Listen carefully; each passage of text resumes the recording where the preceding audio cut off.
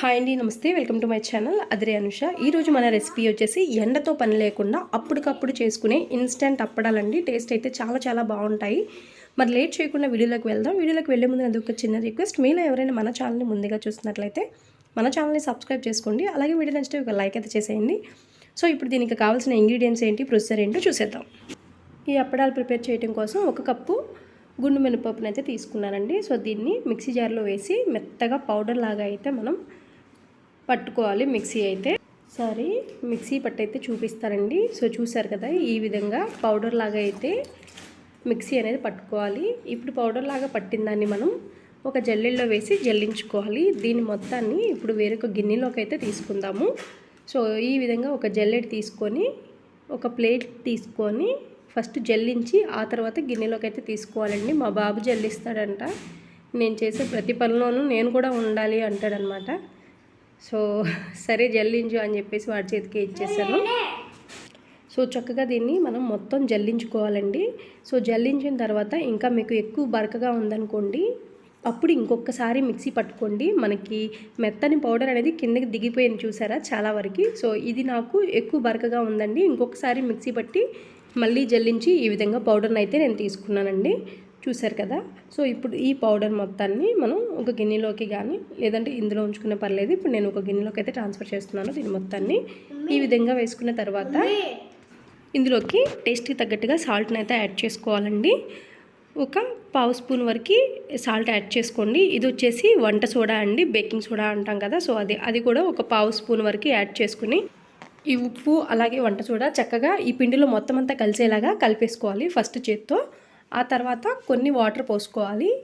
నేను 1/2 కప్ కంటే కొన్ని వాటర్ అయితే తక్కువ తీసుకున్నానండి. నార్మల్ వాటరే. ఎక్కువ పోసుకుంటే ఏంటంటే పిండి అనేది లూజ్ అయిపోతుంది. అందుకని కొంచెం కొంచెంగా వాటర్ అనేది పోసుకుంటూ కలుపుకోవాలి. ఈ పిండి ఎలా కలుపుకోవాలి అంటే చపాతీ పిండి కంటే కొంచెం గట్టిగా మనం కలుపుకోవాలి. ఇప్పుడు ఒకసారి మొత్తంగా కలిపేసి చూపిస్తాను. సో చూసారా, ఇంత గట్టిగా అయితే ఉంటుందండి. చపాతీ పిండి కంటే కొంచెం ఎక్కువ గట్టిగా ఉంటుందన్నమాట. సో ఇప్పుడు ఇలా కలిపిన పిండిని ఒక 5 నిమిషాల పాటు పక్కన పెట్టేస్తున్నాను. ఒక మూత దీని మీద పెట్టేసి ఒక 5 నిమిషాలు అయితే పక్కన పెట్టేసి తర్వాత అయితే చూద్దాము. ఇప్పుడైతే పక్కన పెట్టండి. ఇప్పుడు ఒక 5 నిమిషాల తర్వాత ఇదైతే తీసి చూపిస్తున్నానండి. సో కొంచెం పిండి అనేది మనకి నానుంటుందన్నమాట. ఇప్పుడు ఒక 1 స్పూన్ ఆయిల్ అయితే ఇందులో యాడ్ చేయాలి. యాడ్ చేసి చేత్తో మొత్తం అంతా కలుపుకోవాలండి. ఒక 10 మినిట్స్ పాటు చక్కగా మనం కలుపుకోవాలి.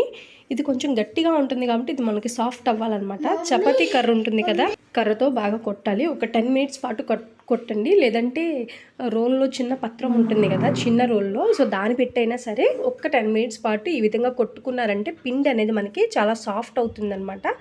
సాఫ్ట్ అయిన తర్వాత నేను మీకు చూపిస్తున్నాను చూడండి. ఈ విధంగా మనకి మెత్తగా సాఫ్ట్గా అవుతుంది. అప్పటి వరకు మనం కొంచెం బాగా చేత్తో అయినా కలుపుకోవాలి, లేదంటే కొంచెం బలంగా వాటి పెట్టైనా కొట్టి ఈ విధంగా సాఫ్ట్గా అయితే పిండిని మనం ప్రిపేర్ చేసి పెట్టుకోవాలండి.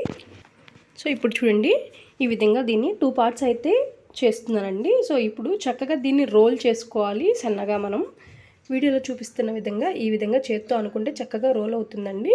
సో మనకి దాని విడ్త్ పట్టి దాని లావును బట్టి మనం కొంచెం పెద్దది చేసుకోవాలా చిన్నది చేసుకోవాలా అనేది ఉంటుంది. సో చూస్తున్నారు కదా, ఈ విధంగా అయితే నేను ప్రిపేర్ చేశాను. ఇప్పుడు మనకి చిన్న చిన్న పీసెస్గా దీన్ని అయితే కట్ చేసుకోవాలి. చూస్తున్నారు కదా, వీడియోలో చూపించిన విధంగా నేనైతే చిన్న చిన్న పీసెస్గా అయితే కట్ చేసుకుంటున్నాను. మొత్తం అన్నీ కూడా ఇదే విధంగా కట్ చేసి పెట్టుకోవాలి. సో చూస్తున్నారు కదా, ఈ విధంగా అన్నీ అయితే ఇందాక మనం పక్కన పెట్టాం కదా పిండి ముద్ద, అది కూడా తీసుకుని ఈ విధంగా కట్ చేసి ప్లేట్లో అయితే వేసుకున్నాను. కొంచెం పిండి వేసుకొని మనం చక్కగా చపాతీలాగా రోల్ చేసుకోవాలండి. నేను ఆల్రెడీ ఒకటి చేశాను, వీడియో ఆన్ చేశాను అనుకున్నాను, స్టాండ్ పెట్టి వీడియో తీస్తున్నానండి. సో అది ఆన్ చేయలేదు. సో మళ్ళీ ఇంకొకటి చూపిస్తున్నాను మీకు. సో పిండి ముద్దను తీసుకొని ఈ విధంగా ఒకసారి చేత్తో బ్రష్ చేసుకుని చపాతీ కర్ర పెట్టి మనం ఎంత వీలైతే అంత పల్చగా దీన్ని మనం చపాతీలాగా చేసుకోవాలండి. సో చూడండి, ఈ విధంగా అనమాట. ఇక్కడ ఒక చిన్న విషయం చెప్తాను. ఫ్లోర్ ఏంటి అలా ఉంది అనకండి. సో ఇక్కడ గ్యాస్ స్టవ్ దగ్గర ఉంటుంది కదా బల్ల, సో అదనమాట. అది టైల్స్ లాంటిది కాదు, గచ్చు లాంటిది అనమాట. అది ఎంత క్లీన్ చేసినా కూడా అట్లానే ఉంటుంది. ఇప్పుడు చూడండి ఒకసారి, ఈ విధంగా నేను చపాతీలాగా అయితే చేసుకున్నానండి. మీకు ఏదైనా షేప్ రావటం కోసం మనకి ఏదైనా ఒక బాక్స్ మూత కానీ ఏదైనా చిన్న మూత ఒకటి ఉంటే తీసుకోండి. ఈ విధంగా కట్ చేస్తే మనకి అప్పడాలన్నీ చాలా కరెక్ట్ సైజులో వస్తాయండి, ఒకే షేప్ వస్తాయి. సో చూసారు కదా ఎంత పర్ఫెక్ట్గా వచ్చిందో. సో మనకేంటంటే అప్పడాలన్నీ ఒకే షేప్లో ఉంటే చూడటానికి నీట్గా ఉంటుంది. మనం వీటిని స్టోర్ చేసుకోవడానికి కూడా మనకి బాగుంటుంది అనమాట. మిగతావన్నీ కూడా ఇదే విధంగా అయితే చేయాలి. ఒక్కటి కూడా చేసి చూపిస్తాను, ఇంకొకటి కూడా. సో చూడండి, ఈ విధంగా వీలైనంత వరకు పల్చగా రోల్ చేసుకోండి. దీనికి ఎక్కువ మందం అవసరం లేదండి. ఎండతో పని లేకుండా చేస్తున్నాం కాబట్టి ఇవి ఎండలో పెట్టాల్సిన అవసరం అయితే ఏం లేదు.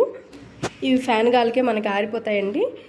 అందుకనే ఈ విధంగా చాలా పల్చగా చేసుకోవాలి మనకి. సో చూసారు కదా, ఈ విధంగా పల్చగా చేసుకున్న తర్వాత ఇప్పుడు ఇందాక యాస్టీస్ ఎలా అయితే మనం కట్ చేసుకున్నామో చూసి సేమ్ అట్లానే కట్ చేసుకోండి. దీన్ని కూడా మొత్తం అంతా ఇదే విధంగా పిండి మొత్తం చక్కగా మంచి షేప్లో మనం ఈ విధంగా కట్ చేసుకోవాలి.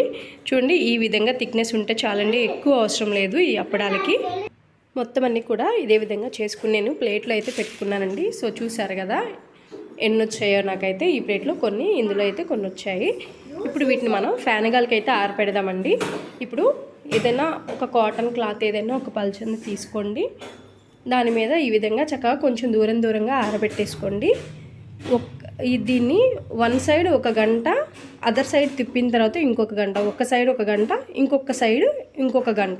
సో అట్లా 2 అవర్స్ పాటు మనం ఫ్యాన్ కింద పెడితే సరిపోతుందండి. మనం ఏ పని చేసుకుంటూ ఉన్నా కూడా చక్కగా ఈ ఫ్యాన్ కింద పెట్టి ఆరబెట్టేసుకోవచ్చు. ఎండలో పెట్టుకోవాల్సిన అవసరం అయితే ఏమీ లేదండి. చాలా చక్కగా ఆరిపోతాయి. ఇవి ఆరిన తర్వాత నేను మీకు చూపిస్తాను.